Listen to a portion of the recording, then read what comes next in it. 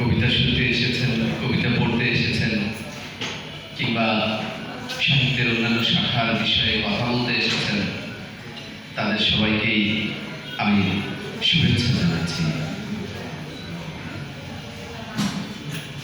10 বছর পূর্তি উৎসব বিভাগীয় লেখক পরিষদের।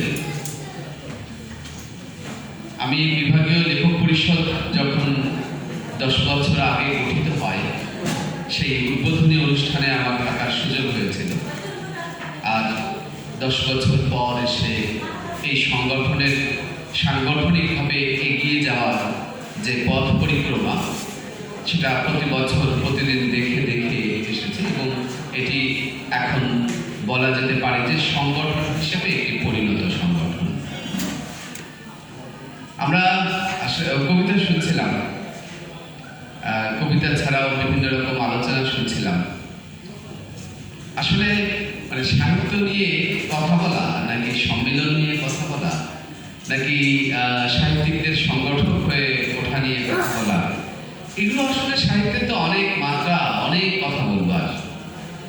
তো সবকিছুকে ছাড়িয়ে আমি একটা জায়গায় সবার প্রতি শ্রদ্ধা জ্ঞাপন করতে চাই যে আমাদের সময় তো কেটে যায়।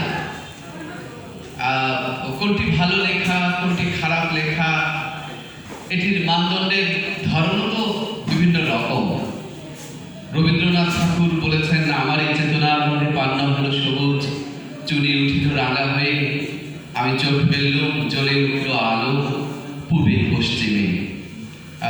একটু একটু শব্দের এদিক ওদিক হতে পারে। গোলাপের দিকে চেয়ে বললুম সুন্দর, সুন্দর হল সে। এখন এই গোলাপকে সুন্দর বলবার পর গোলাপ সুন্দর, কিন্তু আমার কাছে যে ঢেঁড়স ফুল ভালো লাগে, সুতরাং আমাকে কিন্তু অন্য কোনো কিছু দিয়ে বলবার সুযোগ নেই যে আমার কাছে গোলাপটাই সুন্দর, এটি কিন্তু নয়। তাহলে ব্যক্তি বিশেষের পছন্দের উপরে নির্ভর করে আমাদের আসলে শিল্প সাহিত্যের বোধ তৈরি হয়। এখন পাঠকের মৃত্যু গল্প আমরা পড়েছি, তো পাঠকের মৃত্যু যে লেখাটা পড়েছে, পাঠকের তো মৃত্যু হয়েছে ওই ক্ষেত্রে, কিন্তু অন্যখানে তো পাঠক জন্ম নিয়েছেন। এখন যদি বলি যে মেলা থেকে তালপাতার বাঁশি কিনে এনেছি, বাঁশি কই আগের মতো বাজে না, এটা কেন হয়? এটি হওয়ার পেছনে কারণটাই হচ্ছে প্রত্যেক দিন আসলে নিজেই বদলে যাওয়া, নিজেই প্রত্যেক দিন নিজেকে ছাড়িয়ে যাওয়া। আমি সৈয়দ শামসুল হককে একদিন বলেছিলাম যে আপনি অনেকগুলো ভালো লেখা লিখেছেন, একজন লেখকের পক্ষে অনেকগুলো ভালো লেখা এটি একটি কঠিন কাজ, এবং জীবনের শেষ মুহূর্তে এসেও আপনি এই লেখা লিখে যাচ্ছেন, এটি তো উনি বলছেন, আসলে তোমরা খুব শ্রদ্ধা করো, বিনয় করে বলছো, লেখা আমার এতগুলো ভালো হয় নাই। তবে তিনি বলছেন যে আমি যে লেখাটা লিখি সেই লেখাটা আমি ভুলে যাই, আমি কোনোদিন ওই লেখাটা আর মনে রাখবার চেষ্টা করি না এই কারণে যে ওই লেখা যেন আমার নিজের উপরই প্রভাবক হয়ে না ওঠে। আমি তো নতুন লিখতে চাই, আমি তো পুরনো লেখায় পুনরাবৃত্তি আমি করতে চাই না, এটি আমার একটা চেষ্টা। তো সেটি সৈয়দ শামসুল হকের ভাষ্য। কিন্তু আমাদের লেখকরা আমরা আসলে কোন ভাষ্য গ্রহণ করব? এটি কি একে বলার সুযোগ আছে যে লেখাটা এরকম হতে হবে, ওরকম হতে হবে? এই কথা কিন্তু বলবার সুযোগ আমাদের নেই। তারপরও কিন্তু আমরা বলি যে কাজী নজরুল ইসলাম একজন তৃতীয় শ্রেণীর কবি। এই কথা বলবার অনেকেই আছেন যে কাজী নজরুল ইসলাম কবি হিসাবে তৃতীয় শ্রেণীর, ঔপন্যাসিক হিসাবে ব্যর্থ, প্রাবন্ধিক হিসাবে ওই বুদ্ধদেব বসুর সেই কি বলেছেন, কিশোর প্রতিভাবান পাগল, তাকে কিশোর কবিও বলা হয়েছে আর কি, কিশোর লেখক। তো এটা নানান মাত্রা থাকতে পারে, কিন্তু কেউ তো একথাও বলেছেন যে কাজী নজরুল ইসলামকে বুঝতে হলে আসলে আমাদের লোকায়ত জ্ঞান থাকতে হবে, আমাদের প্রাকৃত বোধ থাকতে হবে। এখন যিনি এই প্রাকৃত বোধ আর লোকায়ত জ্ঞানকে একসাথে করে কাজী নজরুল ইসলামের মূল্যায়ন করেন, তিনি যদি তার জায়গা থেকে কবি কাজী নজরুল ইসলামকে বলতে গিয়ে বলেন যে যদি আর কোনো কবিতা নাও লিখতেন, বিদ্রোহী ইসলাম অনেক উঁচুতে উঠেই থাকতেন। তাহলে কাজী নজরুল ইসলাম তৃতীয় শ্রেণীর কবি নাকি আসলে খুব বড় মাপের কবি? এগুলো শিল্প সাহিত্যের ক্ষেত্রে এগুলো বিরোধ থাকবে, এগুলো দৃষ্টিভঙ্গি থাকবে, এটি নানান রকম মাত্রা থাকবে। এমনকি কেউ বলেন যে জীবনানন্দ দাশের পর এত বড় কবি বাংলাদেশে আর তিনি দেখেননি বাংলা ভাষা, এবং একই শব্দের বারংবার প্রয়োগ সত্ত্বেও সেই শব্দ কি করে নতুন হয়ে ধরা যায়, কিংবা প্রকৃতিকে এত গভীর করে এত সূক্ষ্ম করে আর কেউ দেখেন নাই। তার ভাষায় এই কবিকে দেখা আর সুকান্ত ভট্টাচার্য সীমান্তে আজ আমি প্রহরী, অনেক রক্তাক্ত পথ অতিক্রম করে আজ এখানে এসে থমকে দাঁড়িয়েছি স্বদেশের সীমানায়। সেই কবিতার শেষে যখন তিনি বলেন যে পরের জন্য যুদ্ধ করেছে অনেক, এবার যুদ্ধ তোমার আর আমার জন্য। তাহলে এই যে সুকান্তের দৃষ্টিভঙ্গি, সেটা কি স্লোগান ধর্মী হয়েছে? এখন যদি সুকান্তের কবিতা স্লোগান ধর্মী হয়ে থাকে, তাহলে স্বৈর শাসকের বিরুদ্ধে দাঁড়িয়ে যখন সৈয়দ শামসুল হক বলেছেন যে পাথার কাপড় তুলে ঢেই ঢেই করে কোথায় চলেছে বাংলাদেশ, হ্যাঁ, তো সেটা কি তাহলে স্লোগান ধর্মী নয়? তাহলে আমি এই কথাগুলো বলছি এই কারণেই যে কবির বোধ তৈরি হয় তার স্বতন্ত্র চিন্তায়, স্বতন্ত্র ভাবনায়। কবি এই ধার করা কথায় কিংবা অন্যের কথায় একটা প্রভাবিত হয়ে কবি তার পরিমণ্ডলে প্রবেশ করবেন, এরকমটি নয়। কবি কবিতা লিখবেন তার নিজস্ব জায়গা থেকে। এখন আমরা যে সময় পার করছি, এই সময়টা আসলে একটা কেমন সময়? এটি কারোর কাছে মানে এই হেমন্তের এই দুপুর, এই বিকেল কাউকে হয়তো প্রলয় সমাচারে বিদ্ধ করতে পারে, কিন্তু কেউ কেউ বলতে পারেন যে আমরা ভীষণ রকমের এক অবরুদ্ধ সময়ের ভিতর দিয়ে হেঁটে যাচ্ছি, এই সময়ে দাঁড়িয়ে কোনো কথাই তো বলা যায় না। তো এটি কবির ব্যাপার, কবির স্বাধীনতার ব্যাপার।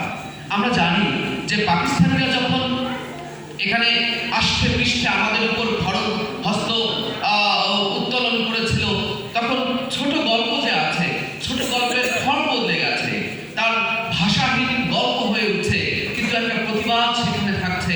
সরাসরি কথা বলবার বদলে ছোট গল্পের ক্ষেত্রেও একটা পরোক্ষ ভঙ্গি নিয়ে আসা হয়েছে, যেখানে আমরা বলছি ছোট গল্প, যেখানে আমরা বলছি গল্প, সেই গল্পহীন গল্প লেখা হচ্ছে, গল্পের ধরন বদলে যাচ্ছে।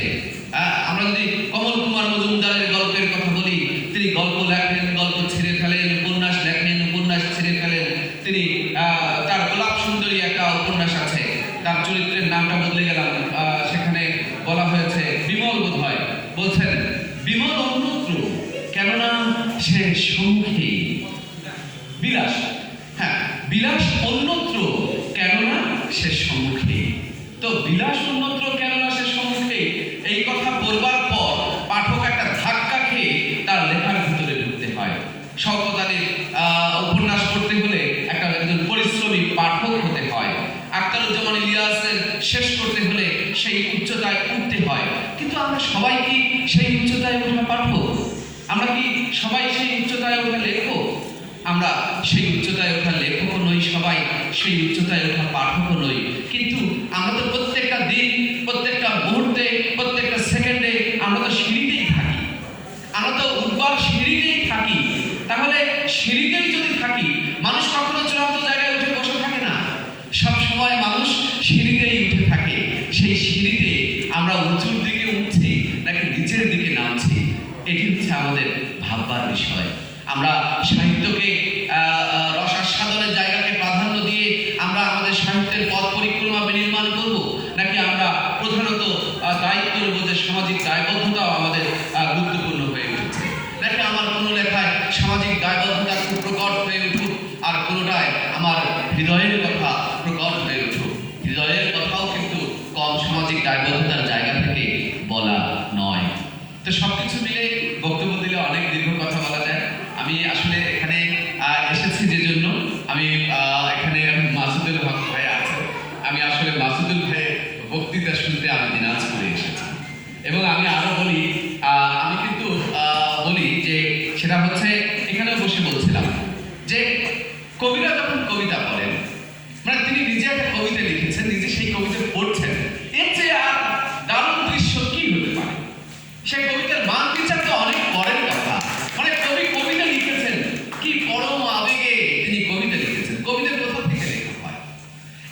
কবিতা কোথা থেকে আসে, আমি আমার ব্যক্তিগত কিছু পর্যবেক্ষণ আছে কবিতা। হ্যাঁ, আমি এগুলো নিয়ে একটা দীর্ঘ লেখা লিখতে চাই।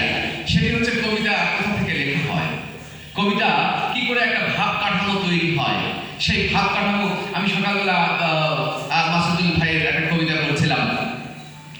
তিনি কবিতা লিখেছেন, সেখানে কোচবিহারের কথা বলা আছে, সেখানে তোরসা নদীর কথা বলা আছে। ওই পড়ছিলাম আর ভাবছিলাম যে ওই ব্যঞ্জনটা কি করে তৈরি হয়। আমার একটা ভাব কাঠামো তৈরি হয়েছে, সেই ভাব কাঠামোটা আমি শব্দের চরণবন্দি করতে চাই। এটা হচ্ছে কবিতার একটা প্রস্তুতি। তো লিখতে গিয়ে আমি সারা পৃথিবী থেকে শব্দ সঞ্চয় করছি। সারা পৃথিবীর কোন কোন রং, কোন রূপ, কোন অরূপ, কোনটা দিয়ে একের পর এক সাজিয়ে আমি এটাকে একটা পূর্ণতা দিচ্ছি। দেওয়ার পরে মনে হচ্ছে আহা, এই জায়গাটা হয়নি, না এটা না, এটা আমি যা ভেবেছি সেটা এটা নয়, এটা আসে নাই, এটা কেটে এটা আবার নতুন করে লিখছি, আবার হয়তো কাটছি, আবার লিখছি, আবার হয়তো একসময় মনে হলো এটা হয় নাই, এটা বাদ, হয়তো সেটা বাদই দিয়ে দিয়েছি। আর একটা হয়তো আমি লিখবার পর দারুণভাবে আমার কাছে মনে হয়েছে এর কাঠামোটা বেশ দাঁড়িয়ে গেছে, অতিরিক্ত কোনো শব্দ নেই, অতিরিক্ত কোনো ব্যঞ্জনায় এটাকে মানে মেদবহুল করে তুলবে না, বরং এর অন্তঃপ্রবাহটা পাঠককে ভীষণভাবে নাড়া দেবে, ভীষণভাবে স্পর্শ করবে। কিন্তু একজন পাঠক যখন ওই কবিতা পড়ছেন, ওই কবিতায় পাঠক তো তার মতো করে কবিতাটা পড়বেন। এখন পাঠকের কাছে এমন পাঠক আছে যে রং দ্বারা ভীষণ প্রভাবিত হন, রঙের ব্যবহারটাই হয়তো, রঙের ব্যবহারটা কবির কাছে গৌণ ছিল, কিন্তু পাঠকের কাছে ওই রংটাই একটা ভীষণ প্রভাবক হিসেবে কাজ করছে। তখন কিন্তু তার কাছে সেই রং ধরে একটা নতুন অর্থ ব্যঞ্জন তৈরি হচ্ছে।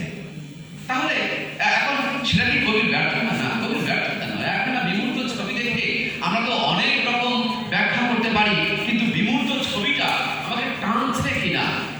কই পরন্ত বিকেলে যখন মেঘের উপরে সূর্যের নানান রকম রং ছড়ায়, আমরা তো বিভিন্ন জন বিভিন্ন ভাবে সেই রং, রূপ, সৌন্দর্যটা আস্বাদন করি, কিন্তু বলি সবাই বিখ্যাত কিন্তু দারুণ। উপভোগের ধারাটা হয়তো আমরা বিভিন্ন ভাবে করে থাকি, কিন্তু কি দারুণ, দারুণ বিকেল, দারুণ। তো এই যে দারুণ বিকেল, এই ব্যঞ্জনাটা যে বলছে সবাই, আমরা চাই কবিতাটা এরকম বিমূর্ত হয়ে উঠুক অথবা মূর্তই হোক, কিন্তু আমরা সবাই বলি কি দারুণ, কি দারুণ। আমি একজন সেই লেখকের নামটা ভুলে গিয়েছি, সেই লেখককে জিজ্ঞাসা করা হয়েছিল যে এই কবিতাটার অর্থ কি। তিনি বলেছিলেন যে যখন আমি লিখেছি তখন আমি জানতাম আর ঈশ্বর জানতেন, আর এখন পাঠক জানেন আর ঈশ্বর জানেন, মানে লেখকের আর কিছুই নেই। কবি বলছেন আমি আর জানি না, মানে আমার জানায় কি আসে যায়, ও আমার জানায় কিছুই যায় আসে না। তো আমি অনেকক্ষণ ধরে আরো আসলে বক্তব্য, মানে কবিতাই দীর্ঘ হলে ভালো লাগতো। আমি মানে কবিতা শুনতে আমি খুব পছন্দ করি। এটা অনেকেই, মানে আমি নিজেও টুকটাক কবিতা লিখি, আমি মানুষকে জোর করে আমি নিজের কবিতা শোনাই। আমি জানি যে কবিতা কেউ শুনতে চায় না, তবুও শোনাই।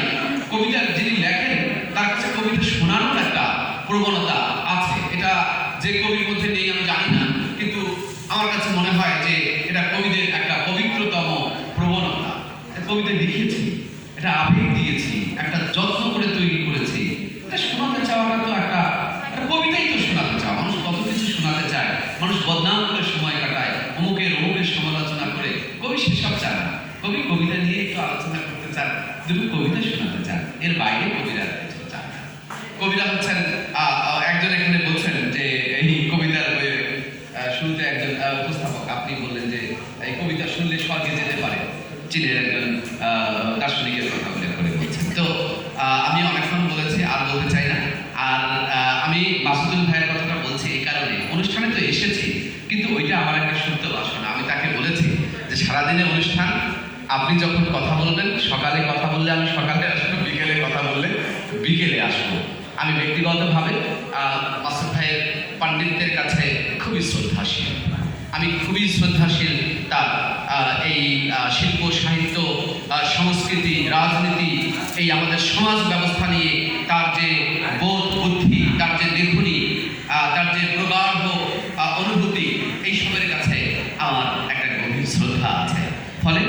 আজকের অনুষ্ঠানে আমি মাসুদুল ভাইয়ের বক্তৃতা শুনবো, সেটা হচ্ছে আমার একটা বাড়তি যোগ। যারা আমাকে এখানে দেখেছেন বিভাগীয় লেখক পরিষদ এর পক্ষে আমি তাদের সবার প্রতি কৃতজ্ঞতা জ্ঞাপন করছি। আমার এই বক্তব্যে কেউ আহত হয়ে থাকলে আমি বিনয়ের সঙ্গে সেই আহত হওয়ার বক্তৃতাগুলো আমি তার কাছ থেকে অন্তত তুলে নিচ্ছি। আপনারা সবাই ভালো থাকবেন।